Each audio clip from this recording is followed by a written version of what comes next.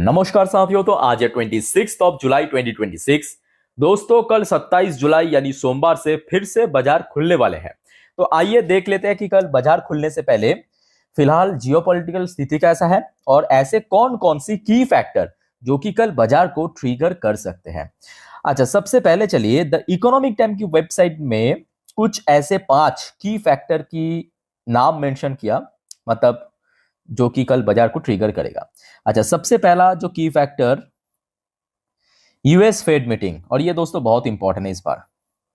मतलब यूएस की जो सेंट्रल बैंक है फेडरल रिजर्व, उनकी एफओएमसी मीटिंग होने वाला है 28 जुलाई से लेके 29 जुलाई। देखिए एक्सपेक्टेशन तो है कि इस बार भी शायद पॉलिसी रेट अनचेंज रखा जाएगा, बट कुछ गारंटी नहीं है, क्योंकि लास्ट टाइम हमने देखा था फेडरल रिजर्व की जो न्यू चेयरमैन केविन वॉश ने कहा था कि डिपेंड ऑन इन्फ्लेशन।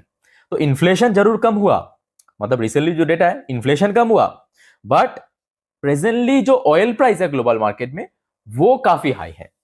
ठीक है, तो यहाँ पे कुछ की फैक्टर है, वो वैरी करेगा उनकी डिसीजन। लेट्स सी क्या होता है। तो दोस्तों ये जानकारी आपको मैं दे दूंगा 29 जुलाई, मतलब जो आउटकम है उसी रात को, मतलब बुधवार रात को, याद रखना। ठीक है, चलो ये तो बहुत इंपॉर्टेंट की फैक्टर है अगले हफ्ते बाजार के लिए।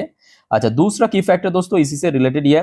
जैसे कि अभी आपको मैं कह रहा था कि बीच में तो कम हो गया था ऑयल प्राइस, बट अभी फिर से बढ़ने लगा जैसे जैसे जो वॉर की जो टेंशन है वो बढ़ रहा है। राइजिंग ऑयल प्राइसेस, और लास्ट डे भी हमने देखा था अराउंड $98-100 पर बैरल के रेंज में क्लोजिंग दिया। अच्छा, बहुत सारे कंपनी की दोस्तों Q1 की रिजल्ट आउट होगा, मैं आपको नेक्स्ट पार्ट में दिखाता हूं, तो इसको हम थोड़ा स्किप करते हैं। एफआईएसडीएस एक्टिविटी दोस्तों बहुत इंपॉर्टेंट है। दोस्तों आपको पता होगा जुलाई की फर्स्ट हाफ में, मतलब आई थिंक कि 13 या तो 14 जुलाई तक एफआईएस की नेट इनफ्लो था, पर उसके बाद मतलब पिछले 10 दिन अगर आप देखेंगे, 10 से 12 दिन, जब से वॉर का इंटेंसिटी थोड़ा थोड़ा करके बढ़ने लगा, ठीक है, एफआईएस की काफी सेल ऑफ हुआ है। और लास्ट वीक में एफआईएस ने लगभग 7,180 करोड़ बेच के निकल गया था, जबकि जुलाई के फर्स्ट हाफ में टोटल नेट बायर्स था एफआईएस। तो ये एक बहुत बड़ी मैं कहूंगा की फैक्टर है, क्योंकि देखिए एफआईएस की फ्लो जितना होगा मार्केट में, उतना ही दोस्तों मार्केट स्टेबल भी रहेगा, उतना ही मार्केट स्ट्रांगली रिकवर करेगा। बट एफआईएस अगर लगातार बेच रहा है तो कहीं ना कहीं मार्केट में वीकनेस या नर्वसनेस आपको दिखाई देगा। अच्छा, इंडियन करेंसी की वैल्यूएशन बीच में थोड़ा बेटर प्लेस में पहुंच गया था, मतलब जून की लास्ट वीक की बात करिए, जुलाई की फर्स्ट वीक में, बट अभी धीरे धीरे करके कहीं ना कहीं देखा जाए एक मतलब काफी अनस्टेबल जोन पे चल रहा है इंडियन करेंसी की वैल्यूएशन भी। तो ये कुछ की फैक्टर मेंशन किया। अच्छा, इसके अलावा भी और भी कुछ फैक्टर है, जैसे कि मैं आपको एक बार बता देता हूं कि अगले हफ्ते कौन कौन सी कंपनी की रिजल्ट आउट होगा, और ये मैं कहूंगा एक बहुत ही जेन्युइन फैक्टर है, क्योंकि देखिए Q3 मतलब जो लास्ट टाइम आउट हुआ था Q3 Q4, चाहे जैसा भी हो, Q1 दोस्तों बहुत सारे बैंक्स, बहुत सारे कंपनीज की बहुत अच्छा हो रहा है, मतलब मैक्सिमम अगर आप देखेंगे, मेजोरिटी की मैं बात कर रहा हूं। सो दोस्तों कल यानी 27 जुलाई यानी सोमवार, याद रखना, भारत की कुछ बड़े कंपनी जैसे कि बेल मतलब डिफेंस कंपनी, कोल इंडिया, टाटा पावर, कनारा बैंक, इंडस पावर, कोफॉर्ज जैसे तमाम कंपनी की रिजल्ट आउट होगा। हुडको, गॉडफ्रे फिलिप, आरआर केबल, ठीक है। तो लिस्ट तो काफी लंबा है, मैं आपको धीरे धीरे स्क्रॉल करके दिखाता हूँ कि कल 27 तारीख कौन कौन सी कंपनी की रिजल्ट आउट होगा। आप चाहे तो वीडियो को पॉज करके पढ़ लेना, ठीक है। यहाँ पे अगर सारे पढ़ लूँ तो टोटल वीडियो आई थिंक कि मूवी जैसा हो जाएगा। अच्छा, अब आ जाइए 28 जुलाई के दिन, मतलब परसों मंगलवार दोस्तों Larsen and Toubro, Hindustan Unilever, Varun beverage, Cholamandalam investment, Tata capital जैसे तमाम जायंट कंपनी के रिजल्ट आउट होगा। ये हो गया आपका मंगलवार के दिन। अच्छा, फिर आ जाइए आपकी 29 जुलाई बुधवार के दिन अदानी एंटरप्राइज, अदानी पोर्ट, सारे आपके निफ्टी 50 के share, Asian Paints, Eicher motor another Nifty 50 share, Waaree energy, Dabur India, Bajaj holding, Prestige estate जैसे तमाम कंपनी की रिजल्ट आउट होगा। और ये सब रिजल्ट दोस्तों आपको इसी चैनल पे मैं आपको दे दूंगा आउट होते ही। सो काइंडली आप लोग चैनल को सब्सक्राइब करके जरूर रखना, ठीक है। चलो आगे बढ़ते हैं। 30th ऑफ जुलाई यानी बृहस्पतिवार के दिन Bajaj finance, giant company, Mahindra and Mahindra, leading company अपने सेक्टर की, टाटा स्टील, भाई एक से बढ़कर एक नाम है बृहस्पतिवार, टोरेंट फार्मा, वेदांत एल्यूमिनियम जो रिसेंटली लिस्ट हुआ, हुंडई मोटर इंडिया, आईआरएफसी, याद रखना आईआरएफसी की रिजल्ट आउट होगा, Mankind Pharma, Vedanta, Mazagon Dock, Swiggy, Thermax, Ajanta Pharma, सब एक से बढ़कर एक नाम बृहस्पतिवार दोस्तों रिजल्ट आउट करेगा।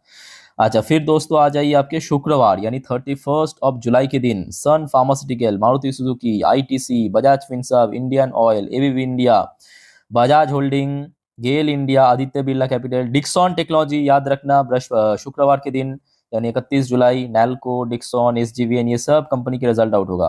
ठीक है, डोंट वरी, मैं आपको आगे इन्फॉर्म कर दूंगा जरूर। अच्छा, फिर आ जाइए आपके सैटरडे के दिन यानी 1 अगस्त, Divi's lab, Muthoot finance, APL Apollo tube, CDSL, ये सब कंपनी दोस्तों रिजल्ट आउट होगा।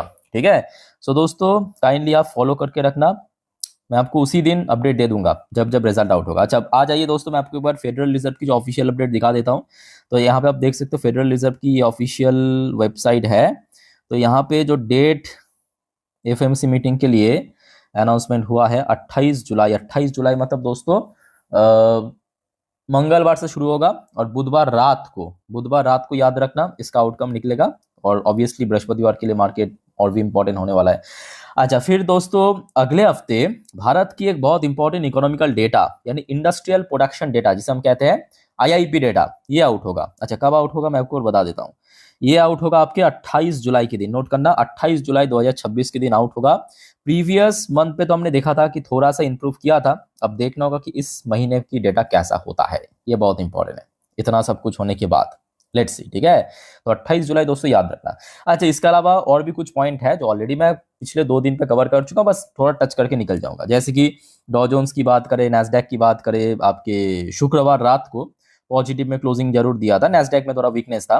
बट हाँ, ये भी फैक्ट है कि देखिए बीच में वॉर जरूर हुआ है, मतलब कल अगर हम बात करें, बट WTI क्रूड और हमारे जो ब्रेन क्रूड है इनकी प्राइस एक्चुअली शुक्रवार रात को थोड़ा सा नीचे आके, थोड़ा सा मतलब जैसे कि क्रूड ऑयल $100 के नीचे लगभग 97 के आसपास आके क्लोजिंग दिया था, और मतलब WTI क्रूड की बात करें तो लगभग $90 पर बैरल के आसपास क्लोजिंग दिया था। और हमारे जो ब्रेंट की बात करें वो लगभग $96.78 पर बैरल के आसपास क्लोजिंग दिया था। ठीक है, तो मतलब थोड़ा सा रिड्यूस हुआ था, ये बेस्ट पार्ट है।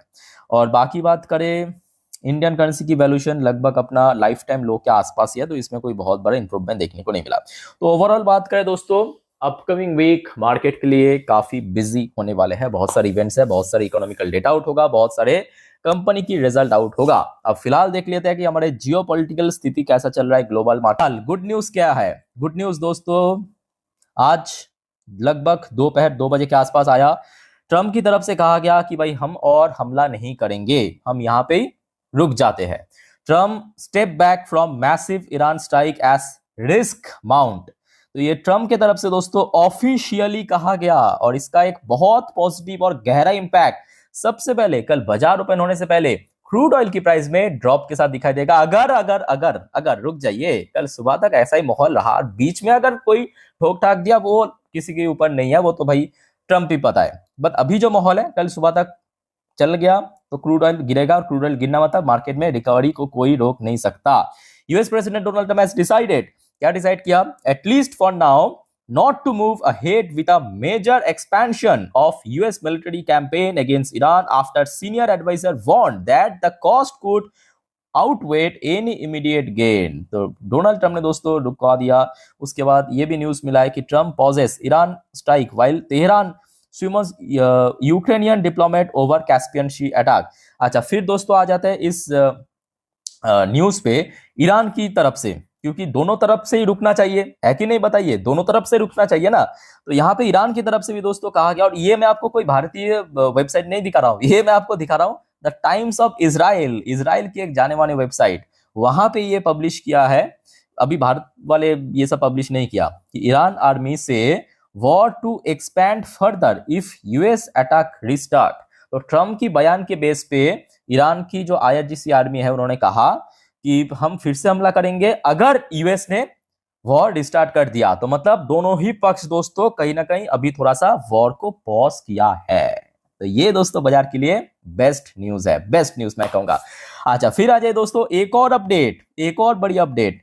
Iran Oman talk on reopening state of Hormuz make progress amid US strike pause. तो यूएस जैसे ही अपना स्ट्राइक पॉज कर दिया, ईरान ओमान मिलकर अभी बतिया रहा है कि किस तरह से हम स्ट्रेट ऑफ हॉर्मुज को ओपन करें। तो इस बारे में दोस्तों फर्दर कुछ भी जानकारी मिला, मेरे तक पहुंच गया तो जरूर मैं आपको आप तक पहुंचा दूंगा।